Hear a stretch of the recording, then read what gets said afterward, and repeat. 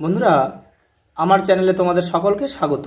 আজ আমরা class 4-এর Ryan Martin প্রশ্নবিচিত্রা থেকে পরিবেশের দ্বিতীয় পর্যায়ক্রমিক মূল্যায়নের 9 নম্বর স্কুল সলভ করব।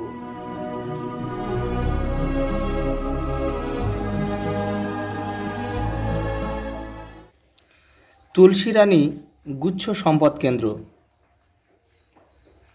একের দাগের ক, সূর্য থেকে দূরত্ব অনুসারে পঞ্চম গ্রহ হল বৃহস্পতি। শনি গ্রহের সন্ধানে গেছে ক্যাসিনো। পরেরটা, মানুষের প্রথম কাজের ধাতু হল তামা। ঘয়েরটা, প্রথম দূরবীন তৈরি করেন গ্যালিলিও। দুইয়ের দাগে শূন্যস্থান পূরণ করো। আমাদের দেশে একসময় গির জঙ্গলে, গুজরাটের গির জঙ্গলে সিংহ আর চিতা একসঙ্গে থাকতো। এখন কেবলমাত্র সিংহ থাকে। আগেরকার দিনে মানুষ পশুর হাড় দিয়ে সূঁচ বানাতো। পশুর হাড়। গাছ শ্বাসক্রিয়ার সময় O2 মানে অক্সিজেন গ্যাস পরিবেশে ফিরিয়ে দেয়। তিনকোনা আকৃতির পাথর দিয়ে তৈরি করত হাত কুঠার।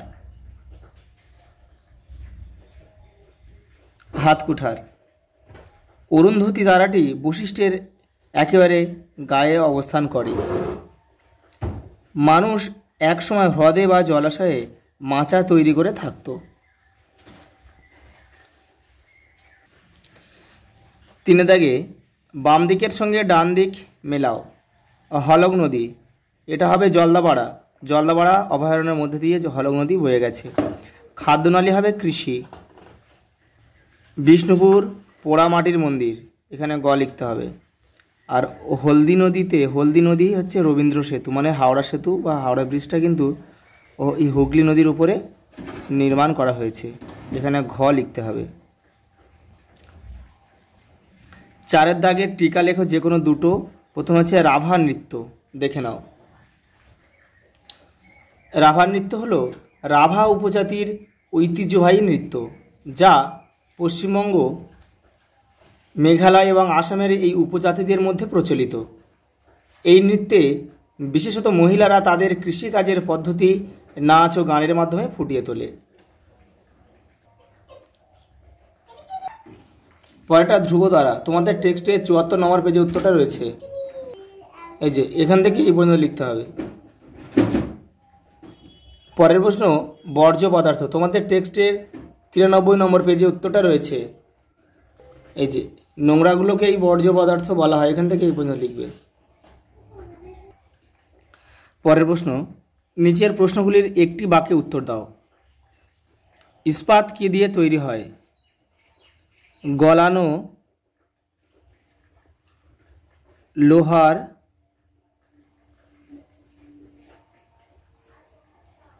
সাথে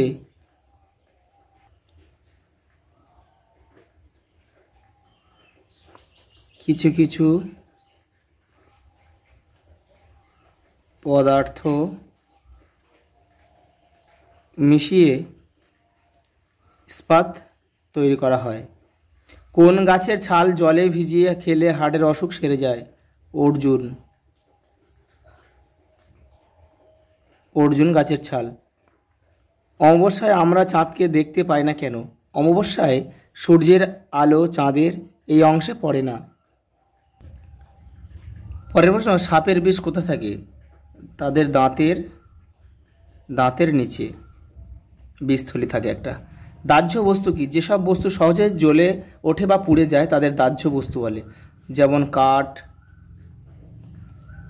কাগজ প্রভৃতি।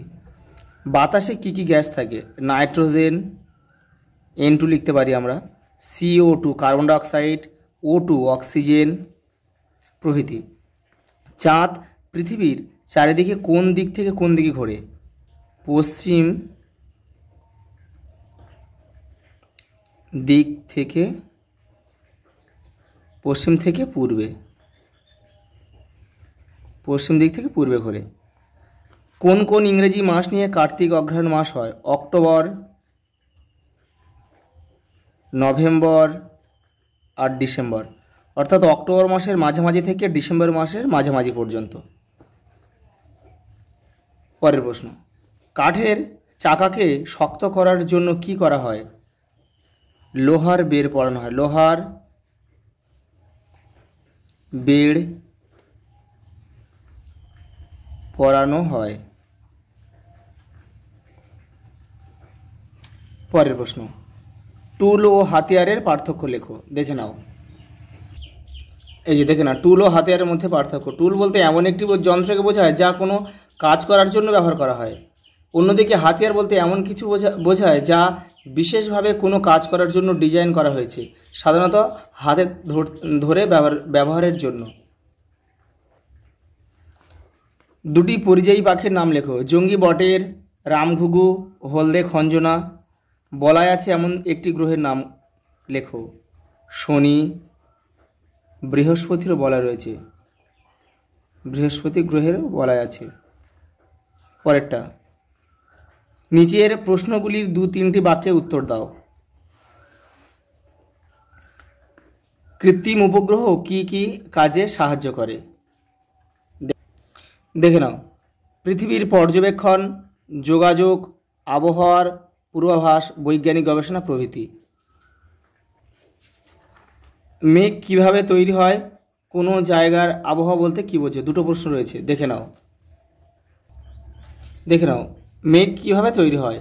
জলীয় বাষ্পপূর্ণ বায়ু উপরে উঠে ঠান্ডা ঘনীভূত হয়ে বিন্দু বিন্দু আকারে ভাসতে থাকে, যা মেঘ নামে পরিচিত। সঙ্গে আরেকটা প্রশ্ন ছিল, কোনো জায়গার আবহাওয়া বলতে কি বোঝো?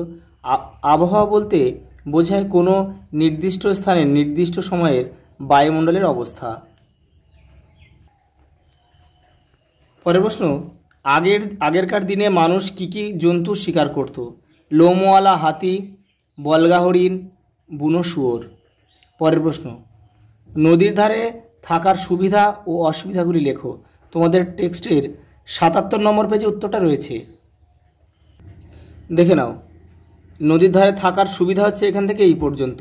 এই যে নদীতে ভেলা ও নৌকার সাহায্যে এক জায়গা থেকে অন্য জায়গায় শস্য, কাঠ, পাথর ও আরও জিনিস বয়ে নিয়ে যেত। এইভাবে জলপথে যোগাযোগ ব্যবস্থার জন্য ব্যবসা বাণিজ্যে আস্তে আস্তে উন্নতি হয়েছিল। আর নদীর ধারে থাকার একমাত্র অসুবিধা হচ্ছে যে বন্যা। এখানে লেখা রয়েছে, দেখো, যে মানুষকে বন্যা থেকে বাঁচার কথা ভাবতে হয়েছিল, অর্থাৎ বন্যা হচ্ছে নদীর ধারে থাকার একমাত্র অসুবিধা। পরের প্রশ্ন, সপ্তর্ষিমণ্ডল আকাশের কোন দিকে দেখা যায়? উত্তর পূর্ব আকাশে দেখা যায়। সপ্তর্ষিমণ্ডলের চিত্র অঙ্কন করে ক্রতু ও বশিষ্ঠ তারা দুটি চিহ্নিত করো। তোমাদের টেক্সটের 74 নম্বর পেজে রয়েছে, দেখে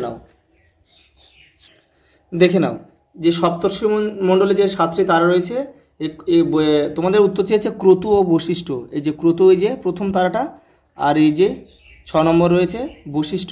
আমি সব তারাগুলোর নাম লিখে দিয়েছি, তোমরা এখান থেকে দুটো করে নেবে। আজ এই পর্যন্ত, দেখা হবে পরের ভিডিওতে।